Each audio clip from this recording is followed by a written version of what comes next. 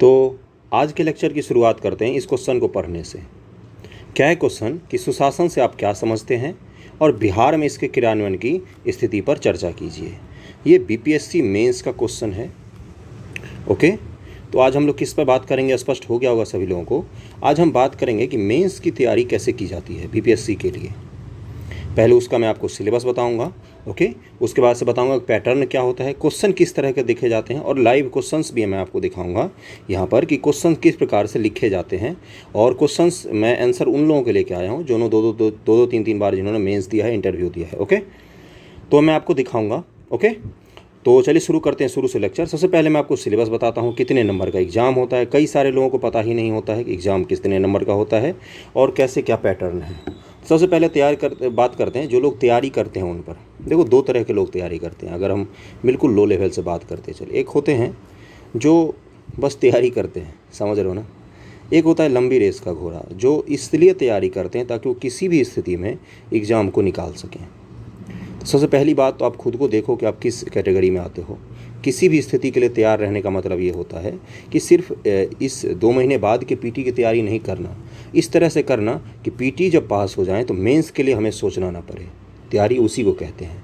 अगर आपने यूपीएससी का सीरियसली तैयारी किया होगा तो यूपीएससी में क्या होता है कि मेंस की तैयारी होती है 8 से 9 महीने करीब में, और 3 से 4 महीने होती है पीटी की तैयारी, तभी जाके निकलता है। बीपीएससी के केस में भी यही चीज़ है, क्योंकि पैटर्न बदला है। 67वीं बीपीएससी जो आया था उसका अगर आप क्वेश्चन एनालिसिस जाके देखोगे मेरे चैनल पर, तो वहाँ पर आपको पता चलेगा कि पैटर्न कितना बदल गया है। इस साल ऐसे 20 से 25 क्वेश्चन थे जो बीपीएससी में जनरली नहीं पूछे जाते हैं, है ना।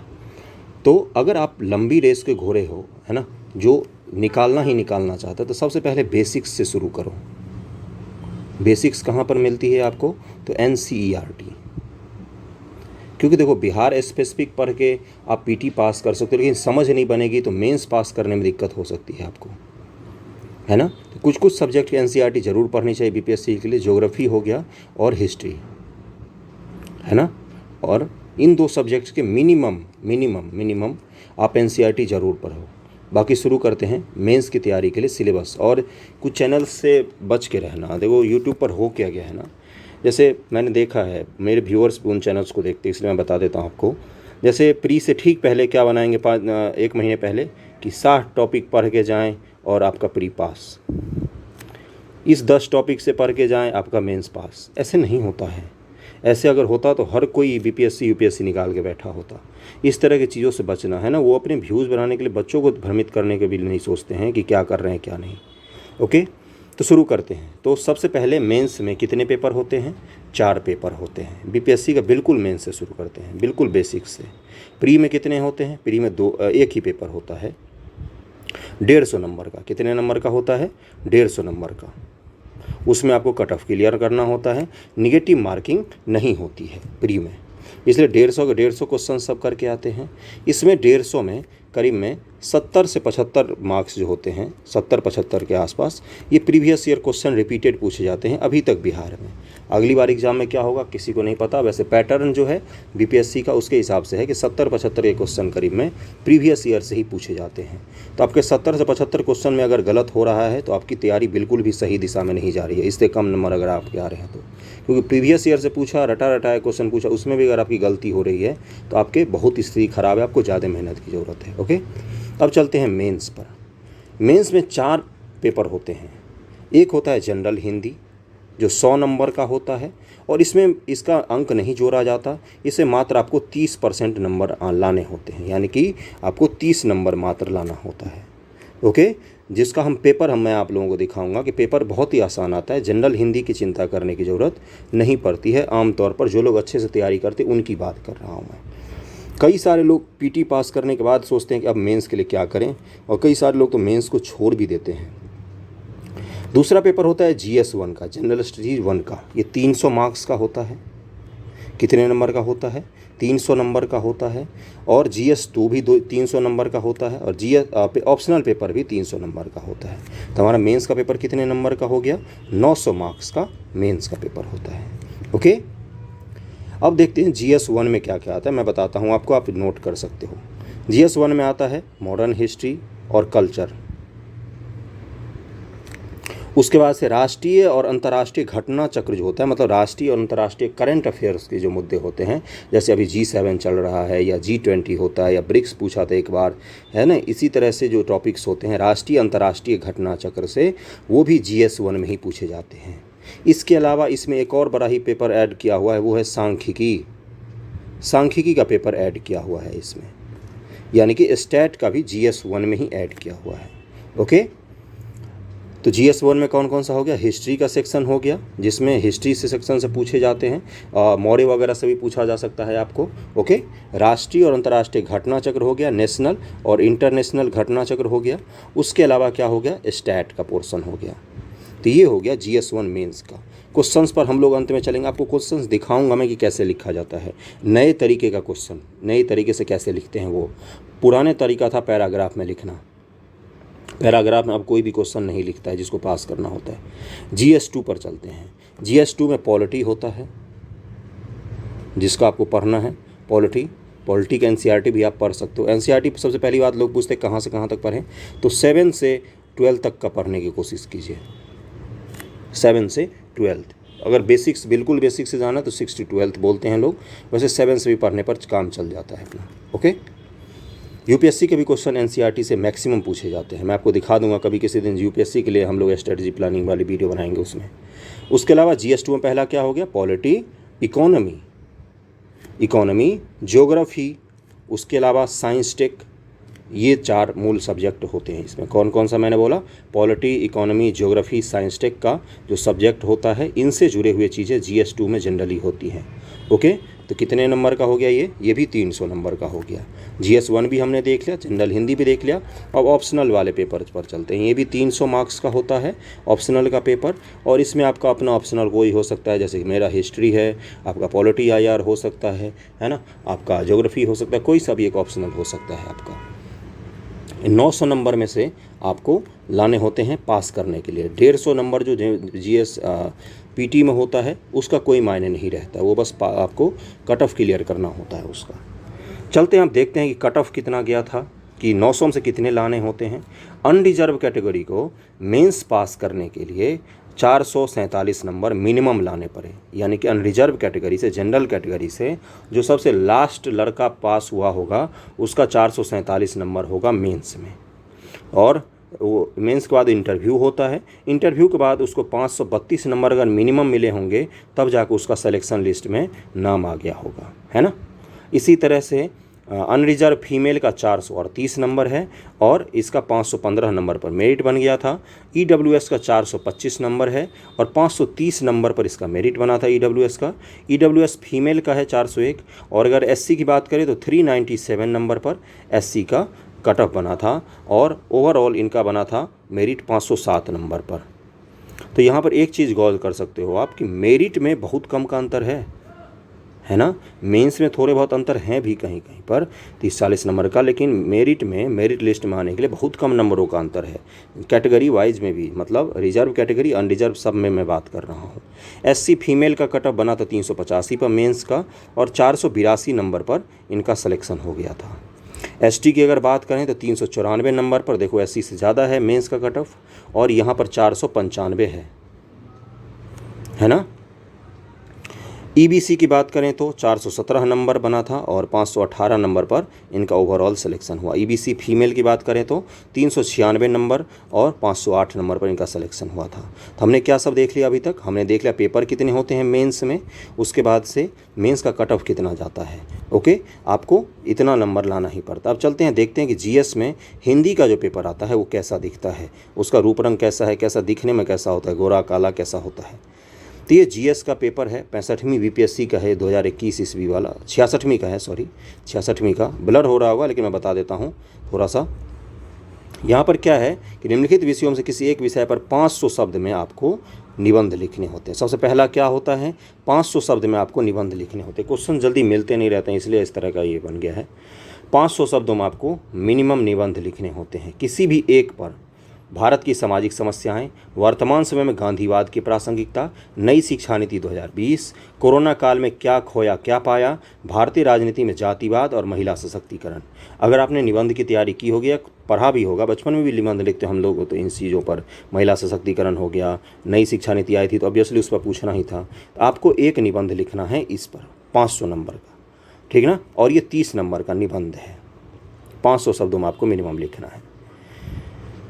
ओके, अगला है कि ये 10 नंबर का है, एक क्वेश्चन इसमें से करना है कि सभी अशुद्ध वाक्यों को शुद्ध करना है। आपको ग्रामर का पोजीशन शुरू हो जाता है और आपको याद रखना है कि हिंदी में आपको कितना नंबर लाना है, मात्र 30 नंबर लाना है 100 में से।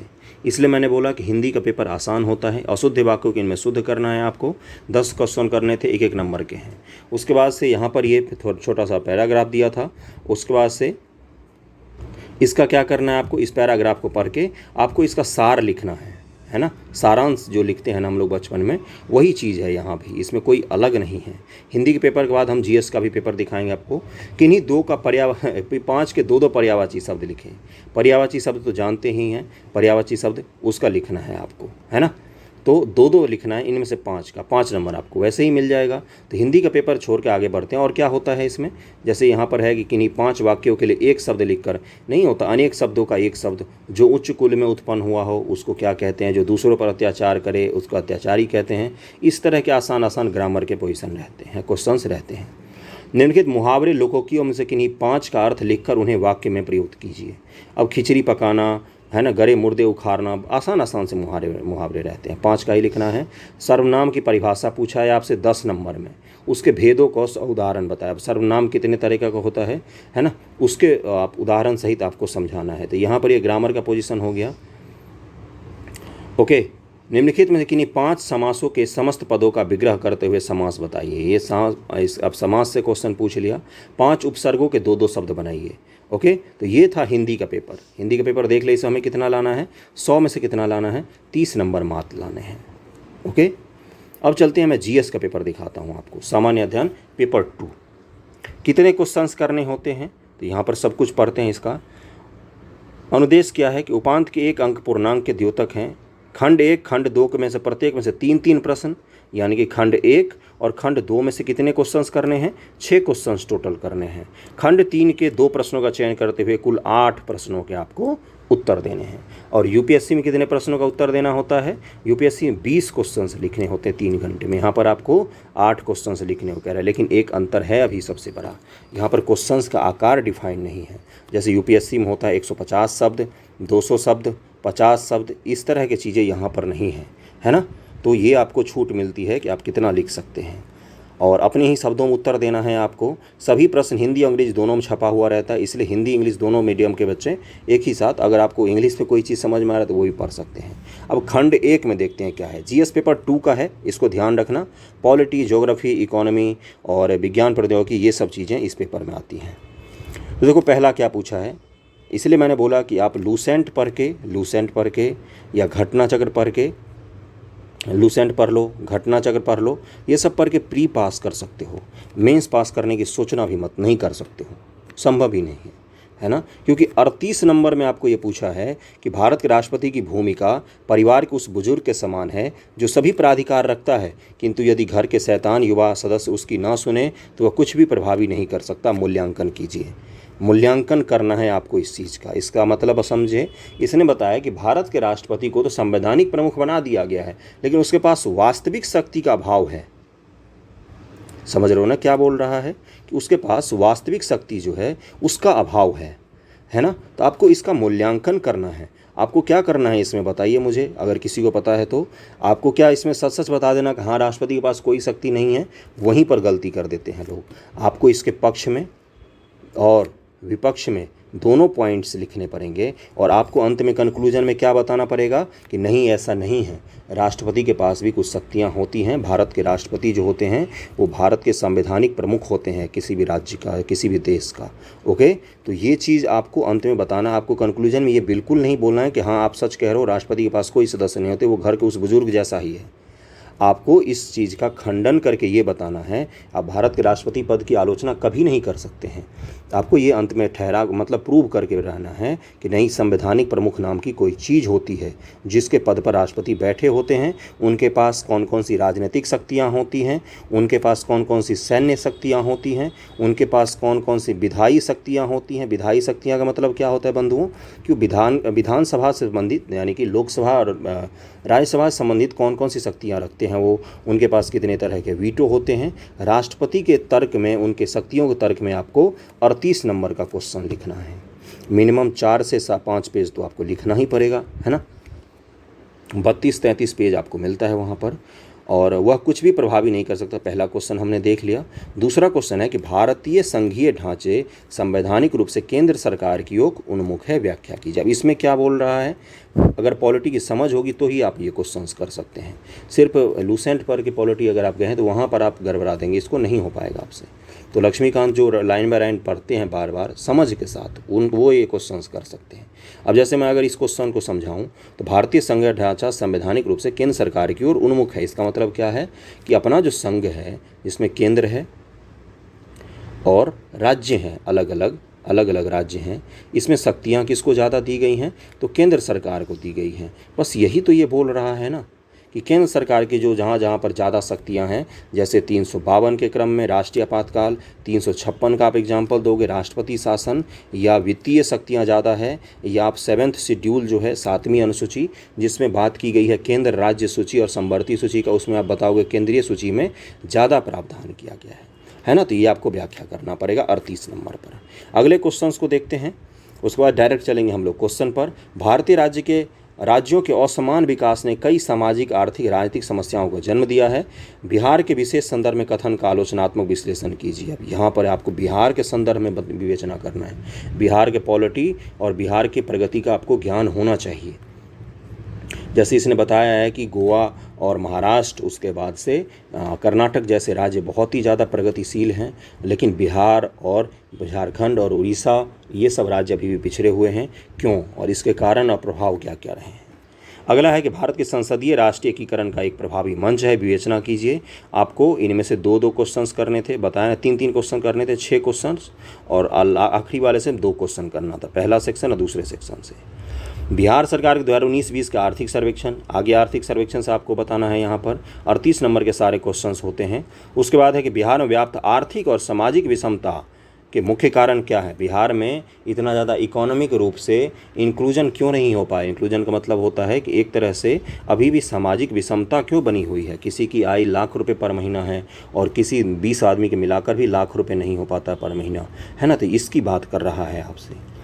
अगला है कि जनांकीय लाभांश से आप क्या समझते हैं। जनांकीय लाभांश क्या होता है भाई, 15 वर्ष से लेकर 64 वर्ष की जो आयु होती है इसी को जनांकीय लाभांश कहा जाता है। मूल रूप से होता है कि आपकी जनसंख्या में युवा जनसंख्या कितनी है, इसको कार्यकारी कहते हैं। 15 से 64 को क्या कहते हैं, कार्यकारी जनसंख्या कहते हैं। और मूल तौर पर युवा जनसंख्या जो तो उसको जनांकीय लाभांश कहा जाता है। UNFPA की रिपोर्ट के अनुसार, अब देखो पूछ लिया ना, भारत विशेष रूप से बिहार को इसके लाभ उठाने के अवसर किस समय तक प्राप्त होंगे। तो आपके पास कितना भी जनांकीय लाभांश रहेगा, अगर आप उसको नौकरी नहीं दोगे या उसके लिए आप मौका नहीं उत्पन्न करोगे, देश में इकोनॉमिक रूप से उनके लिए जॉब नहीं क्रिएट करोगे, तो जनांकीय लाभांश किसी काम का नहीं होगा। मैं आपको क्वेश्चंस का एक आइडिया देके फिर आगे बढ़ूँगा। ओके, तो ये था हमारा GS पेपर 2 का क्वेश्चंस मैंने दिखा दिया आपको। GS 1 उसके बाद से हिंदी का भी पेपर दिखा दिया मैंने आपको। एक आपको आइडिया लग गया होगा कि हाँ किस स्तर की तैयारी करनी है। GS पेपर 2 क्वेश्चंस देख के क्या लगा आपको कि लूसेंट और घटनाचक्र पढ़ के क्या आप पास हो सकते हो, बिल्कुल भी नहीं, संभव ही नहीं। जो बोल रहा होगा उसको बोलना तुम झूठ बोल रहे हो। अब चलते हैं क्वेश्चंस दिखाता हूँ मैं। क्वेश्चंस किसके हैं तो आप लोग जानते होंगे, BPSC एस्पिरेंट करके चैनल है एक, है ना। तो मेरी बहन ही है वो, तो उसका चैनल है। तो वो 3 बार उसने मेंस दिया है BPSC का, 3 बार इंटरव्यू भी दिया है। इस बार भी उसका 66वीं में इंटरव्यू था, तो उससे ही मैंने लेके किया है, क्योंकि मेरे पास तो UPSC के सारे रिटर्न वाले आंसर हैं। UPSC आंसर प्रैक्टिस करता हूँ मैं, BPSC के नहीं थे। ओके, तो इसलिए मैं आपको इससे दिखा देता हूँ कि क्या है क्या नहीं है। जैसे पहला क्वेश्चन है, अब क्वेश्चन कैसे लिखते हैं उस पर आते हैं। सबसे इंपॉर्टेंट सेक्शन आज के वीडियो का है ये। सबसे पहला क्वेश्चन है कि भारत में स्थानीय शासन के एक भाग के रूप में पंचायत प्रणाली के महत्व का आकलन कीजिए। किस किस का? अब कीवर्ड पकड़ते हैं। इसमें कीवर्ड पकड़ने का मतलब क्या होता है कि क्वेश्चन में कौन कौन सी चीज़ों पर बात की गई है। स्थानीय शासन, जो लोकल बॉडीज़ होते हैं उनकी बात कर रहा, पंचायत की बात कर रहा, नगर पालिका की बात कर रहा, कि एक भाग के रूप में पंचायत प्रणाली के महत्व का आकलन करना है। पंचायत का क्या महत्व है इसका हमें आकलन करना है। कीवर्ड सारे पकड़ लिए हमने। महत्व, पंचायत प्रणाली, स्थानीय शासन। स्थानीय शासन में भी पंचायती प्रणाली का महत्व का आपको आकलन करना है। और अगला कीवर्ड ग्रामीण विकास, विलेज डेवलपमेंट के वित्तीयन यानी कि इकोनॉमिक डेवलपमेंट की बात कर रहा है। कीवर्ड्स पकड़ना क्वेश्चंस के।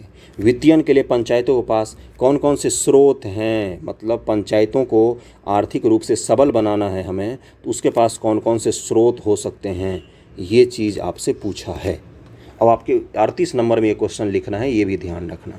तो चूंकि यूपीएससी तो है नहीं कि डायरेक्ट सटीक आ जाएंगे, पंचायतों के वित्तीय स्थिति को सुधारने के ये पॉइंट्स हैं। ओके, सबसे पहली बात, पैराग्राफ में अगर आप लोग आंसर लिखते हो तो उसको छोड़ देना, मत लिखना। आज के बाद, अभी के बाद से ही पैराग्राफ में आंसर लिखना छोड़ देना। कैसे लिखना है? पॉइंट्स वाइज, पॉइंट्स बना के, ऐसे पॉइंट्स बनाओ, 1 2 3 ऐसे लिखना है। ओके, या पैराग्राफ कहीं पर लिखना भी है तो बस 2 लाइन का इंट्रोडक्शन दिया, उसके बाद लिखेंगे कि निम्नलिखित पॉइंट्स हैं। या फिर हम क्या बोलेंगे, ऐसा गोला बनाएंगे, बोलेंगे कि स्रोत निम्नलिखित हैं। स्रोत लिया, यहाँ पर एक स्रोत, दूसरा स्रोत, तीसरा स्रोत, चौथा स्रोत, पांचवा स्रोत, छठा स्रोत, स्रोत लिख देंगे। अब उसको पॉइंट्स वाइज एक्सप्लेन कर देंगे। पहला पॉइंट कि इसके बारे में, दूसरा पॉइंट इसके बारे में, तीसरा पॉइंट इसके बारे में। समझ रहे हो ना मैं क्या कह रहा हूँ? समझने की कोशिश करना। अब इस क्वेश्चन को देखते हैं। 38 नंबर में है, इसलिए आपको खूब सारा लिखना होता है। बहुत ही अच्छा लिखा है इसने। क्या लिखा है कि जब पंचायत राज स्थापित हो जाएगा तब लोकमत ऐसे अनेक काम कर दिखाएगा जो हिंसा कभी नहीं कर सकती है। महात्मा गांधी जी। महात्मा गांधी जी पंचायती राज के बहुत बड़े समर्थक थे। तो कुछ ऐसे कोटेशन जो पंचायती राज के समर्थक हो आपको ज़रूर लिखने चाहिए, क्योंकि यहाँ पर 38 नंबर का क्वेश्चन है, ये भी देखना, इसको मत अंडरमाइन करना, यूपीएससी नहीं है ये। ओके, पंचायती राज संस्थान में भारत में ग्रामीण स्थानीय सुशासन की एक प्रणाली है। ये डेफिनेशन दिया है। जमीनी स्तर पर लोकतंत्र की स्थापना करने हेतु 73वें संविधान संशोधन 1992 के माध्यम से पंचायती राज को संवैधानिक स्थिति प्रदान की गई। आपको पता होना चाहिए 73rd संशोधन से क्या हुआ था, पंचायती राज की बात की गई थी, और 73वां 74वां आता है। उसके बाद क्या है, स्थिति प्रदान की गई। और स्वतंत्रता के पश्चात पंचायती राज की स्थापना लोकतांत्रिक विकेंद्रीकरण की अवधारणा को साकार करने के लिए उठाए गए महत्वपूर्ण कदमों में से एक थी। इसका उद्देश्य पंचायत के अधिकार प्रदान करना और उन्हें सशक्त बनाना था। इस क्वेश्चंस में कहीं पर अगर मुझे सुधार करना होगा तो मैं वहाँ पर क्या लिखूँगा, जैसे मैं यहाँ पर क्या लिखता कि स्वतंत्रता के बाद से ही लगातार प्रयास किए जा रहे थे। इसमें बलवंत राय मेहता समिति, अशोक मेहता समिति, और इसके बाद मैं क्या लिख देता कि यहाँ पर इसी में मैं लिखता कि सिंघवी समिति की अनुशंसा के आधार पर 73वां 74वां संशोधन के द्वारा इसका संविधान में प्रवेश करवाया गया। अगर मैं ये पॉइंट्स लिख दूंगा तो यहाँ पर क्या पता चलेगा उसको कि इसको पंचायत के बारे में पता है, कैसे संगठन इसका गठन हुआ भारत में ये भी पता है, कौन सी समिति थी ये भी पता है। ओके, मतलब कि एक लाइन में आप कितनी ज़्यादा इन्फॉर्मेशन को यहाँ पर भर सकते हैं, है ना। अगला है कि स्वतंत्रता के पश्चात पंचायती राज की स्थापना लोकतांत्रिक विकेंद्रीकरण की अवधारणा को साकार करने के लिए हुआ था, और इसका उद्देश्य पंचायतों को अधिकार प्रदान करना, उनको सशक्त बनाना था। अब ग्रामीण स्थानीय स्वशासन से संबंधित संवैधानिक प्रावधान यहाँ पर इसने छोटे से में लिख दिया। अब आप इसको पैराग्राफ में लिखते, पैराग्राफ में पढ़ने वाले, चेक करने वाले को भी तो पैसा कमाना है पर कॉपी के हिसाब से, तो दिक्कत होती है उसको। इसलिए यहाँ पर ये देखिए कि संवैधानिक प्रावधान क्या दिया हुआ है। डायरेक्ट इसने गोला बनाया और सीधा सीधा लिख दिया है। संविधान के भाग 9 में पंचायतों के नाम से शीर्षक है। अनुच्छेद 243 से 243(9) तक है। 11वीं अनुसूची में है। कुल विषय 29 हैं। प्रत्यक्ष निर्वाचन प्रणाली है। कार्यकाल 5 वर्ष का होता है और 21 साल की उम्र में पंचायतों के लिए आप चुनाव लड़ सकते हैं। पंचायती राज के महत्व लिखे हैं। उसके बाद इसने पंचायती राज का महत्व पूछा था, क्वेश्चन में पूछा था ना, ऊपर देखा हमने कि शासकीय शक्ति और कार्यों का विकेंद्रीकरण संभव। यह व्यवस्था केंद्र और राज्य सरकारों को स्थानीय समस्याओं के भार से मुक्त कराती है। शासन का दायित्व स्थानीय लोगों के पास होने से समस्या का निराकरण उचित व त्वरित रूप से हो सकता है। आप इससे अच्छा भी लिख सकते हो, है ना। मैं बिल्कुल नहीं कह रहा हूँ कि ये बिल्कुल बहुत ही अच्छा आंसर है, आप इससे भी अच्छा आंसर लिख सकते हो सकता है कि आप लिखते भी हो, है ना। मैं बस एक आइडिया उन लोगों के लिए दे रहा था जिन्हें आइडिया वाकई नहीं है कि मेंस का आंसर लिखते कैसे हैं, कलम ही नहीं चलता है कुछ लोगों का, आंसर राइटिंग में। अगला है कि आम जन की लोकतांत्रिक प्रक्रियाओं के प्रति जागरूकता व रुचि उत्पन्न होती है। इससे क्या होता है कि आम जनता जो है वो लोकतंत्र से खुद को जोड़ना चाहती है। अगला है ग्राम व देश के लिए भावी नेतृत्व को सुदृढ़ करने में सहायता होती है। उसके बाद है नागरिकों को उनके राजनीतिक अधिकारों का प्रयोग की शिक्षा प्रदान की जाती है। मतलब यहाँ तक ये क्या था, ये था पंचायतों के क्या मतलब फ़ायदे हैं वो गिनाए हैं। अब क्वेश्चन का जो सबसे इंपॉर्टेंट पार्ट था, लास्ट वाला पार्ट, कि पंचायतों के वित्तीयन के स्रोत, आपको सबसे ज़्यादा फोकस इस चीज़ पर करना है। ओके, यहाँ पर ज़रूर फोकस करना। अब वित्त के अलग अलग स्रोत लिखे हैं, कितने सारे स्रोत लिखे हैं देखो। सशक्त करने के भी उपाय लिखे हैं, पहले सारे स्रोत लिख दिए हैं। उसके बाद पंचायतों को वित्तीय स्तर पर सशक्त करने के और भी उपाय लिखे हैं यहाँ पर गोला बना के। थोड़ा सा क्वेश्चन क्या हो जाता है, इससे अट्रैक्टिव हो जाता है। तो 4-4.5 पेज का ये क्वेश्चंस जाके कंप्लीट होता है। और अंत में फिर यहाँ पर कंक्लूजन देना मत भूलना, कंक्लूजन जरूर देना। क्या होता है कि पंचायतों को सतत प्रयत्नशील बनाने के लिए स्वतंत्र संसाधन उपलब्ध कराना आवश्यक है। साथ ही पंचायतों को एक उद्यमी संस्था के रूप में पूर्ण स्वतंत्रता प्रदान कर विकासात्मक कार्यों से धन उगाही करने का अधिकार प्रदान किए जाएं। समझ रहे हो ना, पंचायतों को खुद से अपने लिए कदम उठाने पड़ेंगे। पंचायतों के पास सामान्य तौर पर वित्त का ही अभाव होता है। तो ये एक पहला क्वेश्चन दिखाया मैंने आपको। GS 2 का पेपर में ये पूछा जा सकता है, आपसे पूछा गया भी है एक बार, पंचायतों से संबंधित क्वेश्चन, तो उसके लिए दिखाया। अब अगले क्वेश्चन पर चलते हैं फिर से हम। उसमें आपको हिस्ट्री का भी एक क्वेश्चन दिखाऊंगा मैं। ओके, ये देख लिया क्वेश्चन हमने।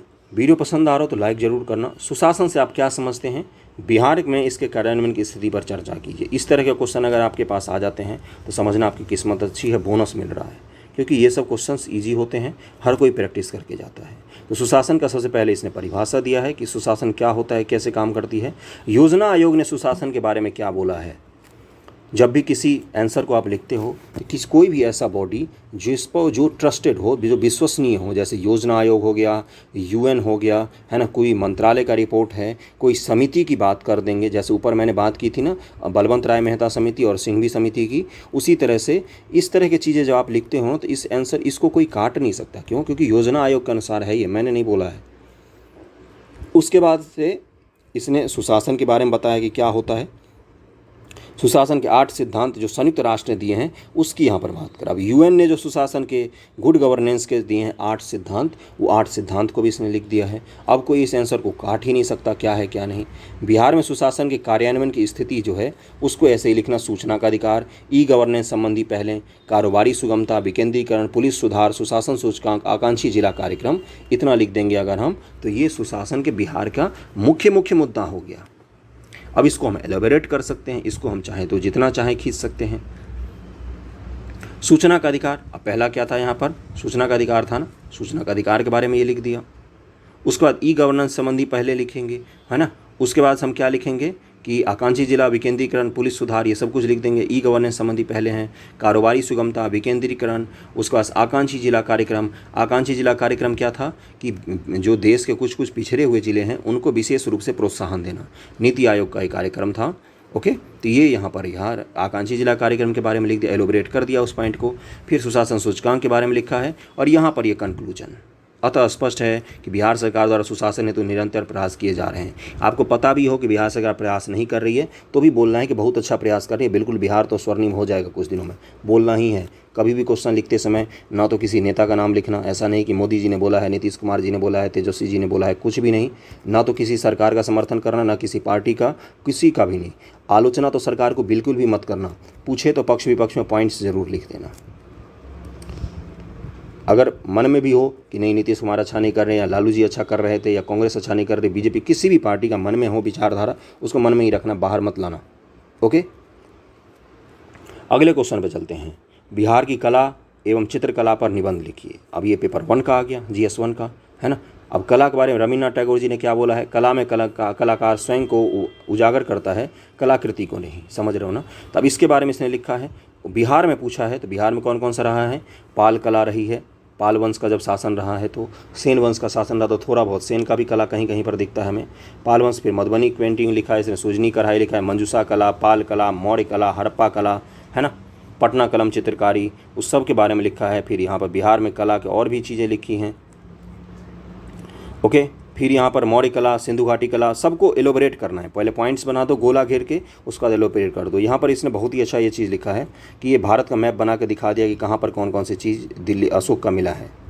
समझ रहे हो ना? तो इस चीज़ के लिए आपको पूरा कंप्लीट स्टडी करना पड़ेगा। जब तक कंप्लीट स्टडी नहीं करोगे ना, नहीं हो पाएगा। अगले पर चलते हैं। पाल कला के बारे में फिर इसने लिखा है और यही चीज़ है, मधुबनी कला, मंजूषा कला। 38 नंबर के क्वेश्चन है, आपको खूब सारा लिखना पड़ता है, खूब सारा लिखना पड़ता है। बिहार में जनजातीय आंदोलन की समीक्षा करना। जनजातीय आंदोलन जो होते हैं इससे जुड़े हुए बहुत सारे क्वेश्चन पूछे जाते हैं। जैसे जातिगत जो आंदोलन हुए थे उससे भी क्वेश्चन पूछे जाते हैं। ब्रिटिश शासन, अब जातीय आंदोलन की समीक्षा करना। जनजातीय आंदोलन क्या है, भी जनजातियों को थोड़ा सा इंट्रो देंगे हम पहले। दो क्वेश्चंस कैसे लिखे जाते हैं एक पार्ट में बताता हूँ। जैसे मान लो एक क्वेश्चन को लिखना है, सबसे पहले क्या लिखेंगे, इंट्रो देंगे हम उसका। बिहार की बात करो, बीपीएससी के लिए, यूपीएससी के लिए ये मैं बिल्कुल नहीं कह रहा हूँ। इंट्रो देने के बाद उसका मुख्य बॉडी आता है, जिसमें जो क्वेश्चन में मेन चीज़ पूछा है ना उसको लिखना है हमें, है ना। पॉइंट टू पॉइंट डिक्लेयर करके जितना सारा लिख सकते हैं हम। उसके बाद फिर अंत में क्या आता है, कंक्लूजन आता है। इसी को पूरा क्वेश्चन कंप्लीट हो जाता है। समझ रहे हो ना? इंट्रो आप छोटा सा पैरा में दे सकते हैं, बॉडी कभी भी पैरा मत लिखना, पॉइंट्स बना के लिखना। कंक्लूजन को आप छोटा सा पैरा में लिख सकते हैं। समझ रहे हो ना? अब जनजातीय आंदोलन के पहले इंट्रोडक्शन दे दिए, जनजातीय आंदोलन के कारण क्या है वो दे दिए। अब फिर परिणाम भी हो सकता है जनजातीय आंदोलन का विवरण अगर लिखित है। बिहार में जनजातीय आंदोलन कौन कौन से हुए हैं, संथाल विद्रोह, कोल विद्रोह, मुंडा विद्रोह, ओके। फिर उलगुलान भी था, उलगुलान यही मुंडा विद्रोह का था, बिरसा मुंडा जी का। दमन कोह का इलाका जो अभी का झारखंड है, कभी वो दक्षिणी बिहार कहलाता था, साउथ बिहार वो कहलाता था। और अभी का जो बिहार है ना वो कंप्लीट बिहार को उत्तर बिहार कहा जाता था। तो साउथ बिहार के इलाकों में ही मुख्य रूप से जनजातीय रहते हैं। वहीं पर मुख्य रूप से छोटा नागपुर का, दमन के कोह का, जो राजमहल पहाड़ी का इलाका है, इन सब इलाकों में जनजातीय विद्रोह होते रहे हैं। तो अब किसके बारे में देखो, अब 3 विद्रोह की चर्चा की है हमने, कोल, मुंडा और संथाल। अब इन तीनों के बारे में हम लिख देंगे, तीनों के बारे में लिख देंगे। अब क्रिएटिविटी आपकी अपनी होगी। संथाल विद्रोह आ गया, कोल विद्रोह ऊपर ही हो गया था, और फिर मुंडा विद्रोह आ गया। जब ये लिख देंगे तब अंत में हम थोड़ा सा कंक्लूजन दे देंगे और ख़त्म हो जाएगा हमारा क्वेश्चन।